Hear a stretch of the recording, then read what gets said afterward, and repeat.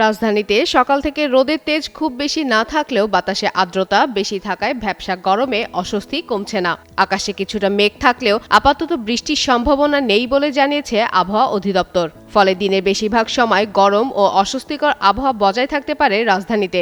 আবহাওয়া অফিস জানিয়েছে, বুধবার সকাল ৬টায় ঢাকার তাপমাত্রা ছিল ২৯.১ ডিগ্রি সেলসিয়াস। বাতাসে আর্দ্রতার পরিমাণ ছিল ৮৭%। দুপুর পর্যন্ত দক্ষিণ ও দক্ষিণ পূর্ব দিক থেকে ঘন্টায় ৮ থেকে ১২ কিলোমিটার বেগে বাতাস প্রবাহিত হতে পারে। গত ২৪ ঘন্টায় রাজধানীতে কোনো বৃষ্টিপাত রেকর্ড হয়নি। তবে দেশের কয়েকটি অঞ্চলে বৃষ্টি ও বজ্রবৃষ্টি আভাস দিয়েছে আবহাওয়া অধিদপ্তর। বুধবার ভোর থেকে দুপুর পর্যন্ত রাজশাহী, ময়মনসিংহ ও সিলেট অঞ্চলের ওপর দিয়ে দমকা বা ঝড়ো হাওয়া সহ বৃষ্টি কিংবা বজ্রবৃষ্টি হতে পারে বলে জানিয়েছে সংস্থাটি।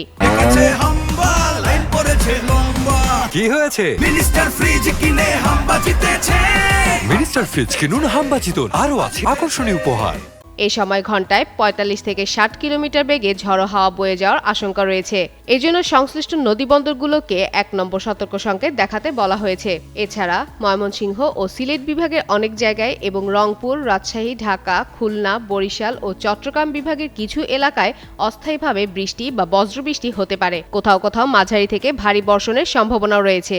অন্যদিকে নোয়াখালী, খুলনা, বাগেরহাট ও যশোরে মৃদু তাপপ্রবাহ অব্যাহত থাকতে পারে বলে জানিয়েছে আবহাওয়া অফিস।